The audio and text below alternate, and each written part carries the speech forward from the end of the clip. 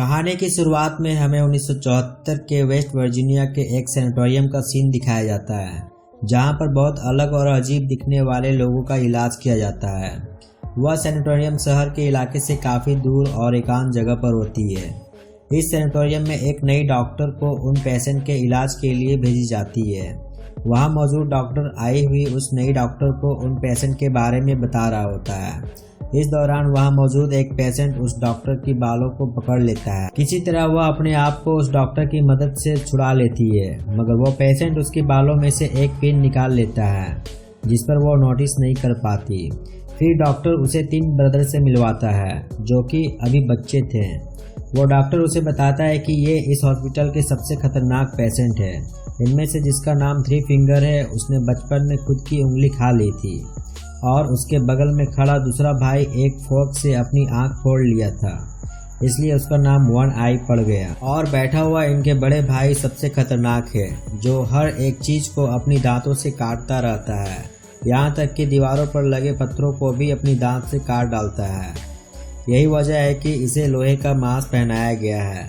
ये लोग ऐसा इसलिए कर पाते हैं क्योंकि इन्हें कोई भी दर्द महसूस नहीं होता। जब वे दोनों डॉक्टर चले जाते हैं तो वह पेशेंट जिसने उसकी बालों से पिन निकाला था, उस सेल के दरवाजे को उस पिन की मदद से खोलने की कोशिश करने लगता है, लेकिन वह उसे खोल नहीं पाता है, जिस पर वे 3 ब्रदर उससे वो पिन मांगते हैं। वे खतरनाक होने के साथ साथ काफ़ी होशियार भी होते हैं। वह पेशेंट उस पिन को उनकी ओर फेंक देता है। 3 फिंगर उसकी मदद से सेल के दरवाजे को खोल लेता है। वहां मौजूद गार्ड उन्हें आज़ाद देखकर उन्हें रोकने के लिए बाहर आता है, मगर तीनों ब्रदर मिलकर उस पर अटैक कर देते हैं और उसे बुरी तरह से मार देता है, जिस पर वो 3 फिंगर उसकी नाक को नोचकर खा जाता है। उसके बाद वे वहां मौजूद सारे पेशेंट को आज़ाद कर देते हैं, जिससे पूरे हॉस्पिटल में हड़कंप मच जाती है। फिर वे तीनों आई हुई उस डॉक्टर को पकड़ लेते हैं और बेड पर बांध देते हैं। उसके सर पर शॉक देने वाली मशीन लगाकर उसे बहुत बेरहमी से मार देते हैं। उसके बाद वे तीनों उस डॉक्टर के पास पहुंचते हैं और उसे वायर से बांधकर लटका देते हैं। फिर मशीन की मदद से उसे खींचने लगते हैं, जिससे देखते ही देखते उस डॉक्टर के सारे बॉडी पार्ट्स अलग हो जाते हैं और वो भी बहुत बेरहमी से मारा जाता है। उसके बाद वो तीनों ब्रदर उसी हॉस्पिटल को अपना घर बना लेते हैं। मूवी का अगला सीन 29 साल बाद का दिखाया जाता है, जहां वेस्ट वर्जीनिया के यूनिवर्सिटी के कुछ छात्र अपने दोस्त पॉटर के घर जा रहे होते हैं। पॉटर का घर पहाड़ी इलाके में होती है, लेकिन इससे पहले वे वहां पहुंच पाते हैं वे सभी रास्ता भटक जाते हैं। उन्हें चारों तरफ बर्फ की सफ़ेद चादर दिखाई दे रही होती है। उन्हें बाहर निकलने का रास्ता ढूंढते हुए शाम हो जाती है। उसी वक्त बर्फ की तूफान भी आ जाती है, जिससे वे काफ़ी परेशान हो जाते हैं और कुछ भी समझ में नहीं आता कि अब वे क्या करें। तभी उन्हें वही सैनिटोरियम दिखाई देती है, जहां 29 साल पहले उन तीनों भाइयों को रखा गया था। वे सभी स्टूडेंट उस तूफान से सुरक्षित रहने के लिए जाने का डिसीजन लेते हैं। उस सैनिटोरियम में पहुंचने के बाद वे लोग प्लान बनाते हैं कि सुबह होते ही पॉटर के घर की ओर निकल जाएंगे, जिस पर विंसेंट कहता है कि ये जगह बहुत खूबसूरत है, इसलिए आज रात हम यहाँ पर मौज मस्ती करेंगे। और वे लोग वहाँ पर घूमने निकल पड़ते हैं। उन्हें एक कमरे में उन पेशेंट की फाइल मिलती है, जिसे देख वे लोग हैरान हो जाते हैं, क्योंकि वे पेशेंट काफ़ी खतरनाक दिख रहे थे। वे उस फाइल को वहीं रख देते हैं। फिर उसके बाद सभी एंजॉय करने लगते हैं। कुछ देर एंजॉय करने के बाद वे आराम करने की सोचते हैं, लेकिन इसी दौरान उन्हें एक सीडी मिलती है। उसे चलाने पर उन 3 ब्रदर के बारे में पता चलता है। इसी दौरान लॉरेन बताती है कि ये लोग बहुत ही खतरनाक होते थे, क्योंकि ये इंसानों को जिंदा ही खा जाते थे। हालांकि मैं आपको इसलिए बता रही हूँ क्योंकि इस बारे में मेरे भाई ने मुझे बचपन में बताया करता था। हालांकि कोई भी उसकी बातों पर विश्वास नहीं करता और सभी सोने के लिए चले जाते हैं, लेकिन विल्सन को नींद नहीं आ रहा होता है, तो वह बाहर निकलकर घूमने के लिए सोचता है। वह उठकर उस सैनिटोरियम में घूमने लगता है। तभी उसकी नज़र पॉटर पर पड़ता है, जो चेयर पर बैठा होता है। जब वह वहां पहुंचता है तो उसे पता चलता है कि उसका दोस्त मारा जा चुका है। इस बात को बताने के लिए वह अपने दोस्तों की ओर भागता है, लेकिन उसके सामने एक कैनिबल खड़ा हो जाता है। इससे पहले वो कुछ समझ पाता कि वह कैनिबल उसे बहुत बेरहमी से मार देता है और उसे एक कमरे में लेकर चला जाता है। जब अगली सुबह वे सभी उठते हैं तो विल्सन उन्हें कहीं दिखाई नहीं देता। वे लोग उसे ढूंढने लगते हैं। उसे ढूंढते हुए वे लोग एक बेसमेंट में पहुंच जाते हैं जहां उन्हें पेशेंट के केस दिखाई देते हैं और कुछ टूल्स भी मिलते हैं। फिर वे लोग उसी जगह पर पहुंच जाते हैं जहां विल्सन को पोर्टर की लाश मिली थी।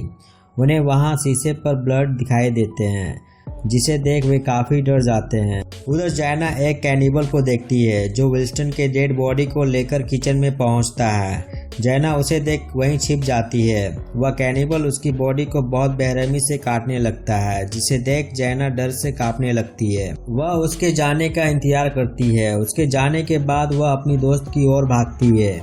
वहां पर वह अपने दोस्तों को उन 3 ब्रदर्स के बारे में बताती है और ये भी बताती है कि विल्सन को ढूंढना बेकार है क्योंकि उन 3 ब्रदर ने उसे मार डाला है।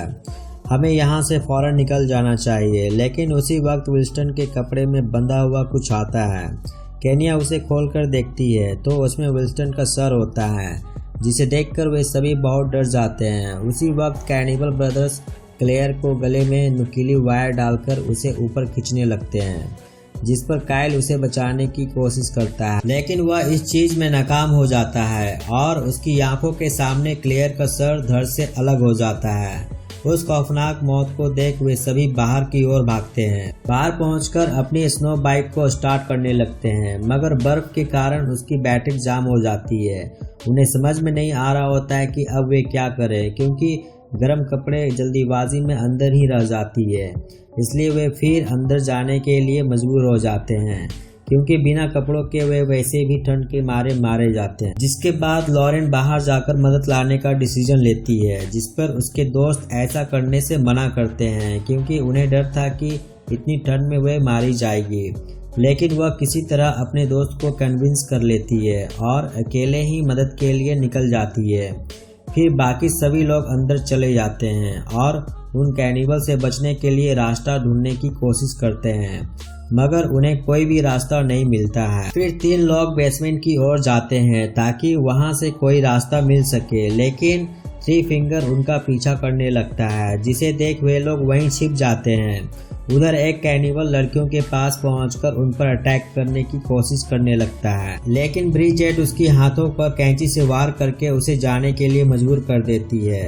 इधर बेसमेंट में गए 3 लोग 3 फिंगर से बचकर वापस आ रहे होते हैं लेकिन तभी कैनिबल ब्रदर्स डैनियल को अगवा कर लेते हैं। जब सारा और काइल रूम में पहुंचते हैं तो डैनियल को अपने साथ ना देखकर हैरान हो जाते हैं। वे लोग वापस जाकर उसे ढूंढने का डिसीजन लेते हैं जिस पर उसकी दोस्त उन्हें जाने से मना कर देती है और कहती है कि अब तक तो उसकी मौत हो चुकी होगी और वापस जाना अपनी जान को खतरे में डालने के बराबर होगी। लेकिन तभी डैनियल की चीखें सुनाई देती है जिससे उन्हें पता चल जाता है कि वह अभी भी जिंदा है। वे लोग उसे बचाने के लिए डिसीजन लेते हैं। जहां से डैनियल की आवाज़ आ रही होती है काइल उसी की ओर जाता है। वहां वह देखता है कि कैनिबल ब्रदर्स डैनियल को बहुत बुरी तरह टॉर्चर कर रहे होते हैं और उसकी शरीर के मांस को निकालकर खा रहे होते हैं जिसकी वजह से उसे बहुत दर्द हो रहा होता है और इसी वजह से वह जोर जोर से चीख रहा था। उसके बाद वो 3 फिंगर उसकी फेफड़े निकाल लेता है जिसके कारण उसकी मौत हो जाती है। काइल अपने दोस्तों के पास पहुंचकर सारी चीज़ों को बताता है और साथ ही साथ ये भी बताता है कि उन कैनिबल ब्रदर्स ने डैनियल को जिंदा ही खा लिया है। उन लोगों के पास बचने का कोई रास्ता नहीं था क्योंकि उनके दोस्त एक एक कर मारे जा रहे थे। इसलिए वे लोग उन कैनिबल ब्रदर्स को सेल में बंद करने का फैसला लेते हैं। काइल और उसके साथी उन पर हमला कर देते हैं और मौका देखते ही वहां पर आग भी लगा देते हैं। वे लोग उन्हें घेर लेते हैं जिस पर मजबूरन वे सेल में छिप जाते हैं। काइल सेल को दरवाजे को लॉक कर देता है। उसके बाद वे लोग उन्हें जिंदा ही जलाने की सोचते हैं जिस पर केनिया कहती है कि हम लोग ऐसा नहीं कर सकते हैं क्योंकि हम उनकी तरह नहीं हैं। फिर वे चारों लड़कियां कमरे में जाकर सो जाती है और काइल वहीं बैठकर उन पर नजर रखता है और सुबह होने का इंतजार करने लगता है। लेकिन वह भी काफ़ी थक चुका होता है और नींद के आगोश में आ जाता है। उसके बाद उसी पिन को देखते हैं जिससे 29 साल पहले 3 फिंगर ने सेल के दरवाजे को खोला था। वह पिन वहीं उसी सेल में मौजूद होता है जिसकी मदद से 3 फिंगर सेल को खोल लेता है और काइल पर अटैक कर देता है।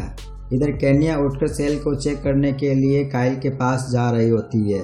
जब वहां पर उसे कैनिबल ब्रदर और काइल नहीं दिखते तो वह बहुत ज़्यादा घबरा जाती है और अपने दोस्तों के पास जाकर इसके बारे में बताती है, जिस पर वे लोग भी बहुत घबरा जाते हैं। उसी वक्त दरवाजे को कोई नॉक करता है, जिससे उन्हें लगता है कि ये कोई और नहीं बल्कि वही कैनिबल ब्रदर्स हैं, जिस पर वे चारों लड़कियां अपने हाथों में चाकू लेकर उस पर टूट पड़ती है और बहुत बुरी तरह से उसे मार देती है। जब उसके सर से मास्क हटाती है तो उन्हें पता चलता है कि कोई और नहीं बल्कि उन्हीं का दोस्त काइल है, क्योंकि कैनिबल ब्रदर्स ने उसकी जीभ काट दी थी और उसके सर पर नकाब डाल दी थी। इसी वजह से वह अपने ही दोस्त के हाथों मारा जाता है। यह देखकर वे लोग बहुत ही दुखी हो जाते हैं, क्योंकि अपने हाथों से ही अपने दोस्त की जान ले ली थी। लेकिन उसी वक्त कैनिबल ब्रदर्स उन्हें मारने के लिए आ जाते हैं। वे चारों वहां से भाग जाते हैं और उसी कमरे में पहुंच जाते हैं जहां वे अपने गर्म कपड़े को रखे होते हैं। फिर वे बाहर निकलने का फैसला करते हैं। वे गर्म कपड़े को पहनकर वापस ऊपर जाते हैं और गेट को मजबूती से बंद कर देते हैं और खिड़की के जरिए बाहर निकलने की कोशिश करते हैं। लेकिन खिड़की के पास बर्फ जमी होती है, जिस पर सारा एक रॉड की मदद से उसे हटाकर बाहर निकल जाती है और अपनी दोस्त को भी एक एक कर बाहर निकाल रही होती है। लेकिन कैनिबल ब्रदर्स दरवाजा तोड़कर अंदर आ जाते हैं। सारा अपने दो दोस्त को निकाल चुकी होती है, मगर जैना को निकलने में काफी देर हो जाती है, जिस पर कैनिबल ब्रदर जैना पर ड्रिल मशीन से अटैक कर बहुत ही बुरी तरह से मार देते हैं। ये देखकर उसकी दोस्त बहुत डर जाते हैं और अपनी जान बचाकर वहां से भागने लगते हैं। लेकिन कैनिबल ब्रदर्स उन्हें इतनी आसानी से छोड़ने वाला नहीं थे।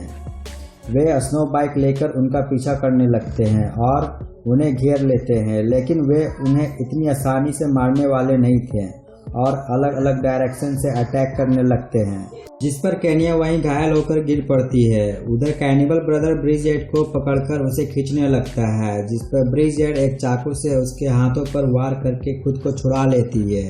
वो कैनिबल ब्रदर एक पेड़ से टकराकर गिर जाता है, लेकिन एक कैनिबल ब्रदर ब्रिजेट पर वो स्नो बाइक चढ़ा देता है और बहुत बेरहमी से मार देता है। उसके बाद जब सुबह होती है तो हम लॉरेन को देखते हैं, जो ठंड के मारे मारी जा चुकी थी। उधर केन्या मदद के लिए चिल्ला रही होती है, मगर उसे दूर दूर तक कोई नहीं दिख रहा था। लेकिन तभी उसके आवाज़ को सुनकर एक कैनिबल आ जाता है। वह उसका पीछा करने लगता है, जिस पर सारा उसे मारकर वहीं गिरा देती है, जिससे पता चलता है कि ये उन दोनों दोस्तों का ही बनाया हुआ प्लान था। फिर वे उसी के स्नो बाइक को लेकर जाने लगती है। उन्हें लग रहा होता है कि हम दोनों यहाँ से जिंदा बचकर जा रहे हैं, लेकिन तभी उन दोनों का सर धड़ से अलग हो जाता है और वहीं पर मारी जाती है, क्योंकि कैनिबल ब्रदर्स चारों तरफ ना दिखने वाली नुकीली तारें बिछा रखी होती है। फिर वो थ्री फिंगर उन दोनों के कटे सर को साथ लेकर चला जाता है और इसी के साथ ये मूवी यहीं समाप्त हो जाती है। दोस्तों, यदि ये मूवी आपको पसंद आई तो चैनल को लाइक और सब्सक्राइब जरूर कर दें, ताकि मूवी से रिलेटेड वीडियो जब भी मैं अपलोड करूं तो उसकी नोटिफिकेशन आपको सबसे पहले मिल सके। वीडियो को अंत तक देखने के लिए धन्यवाद। थैंक्स। मिलते हैं अगले वीडियो में।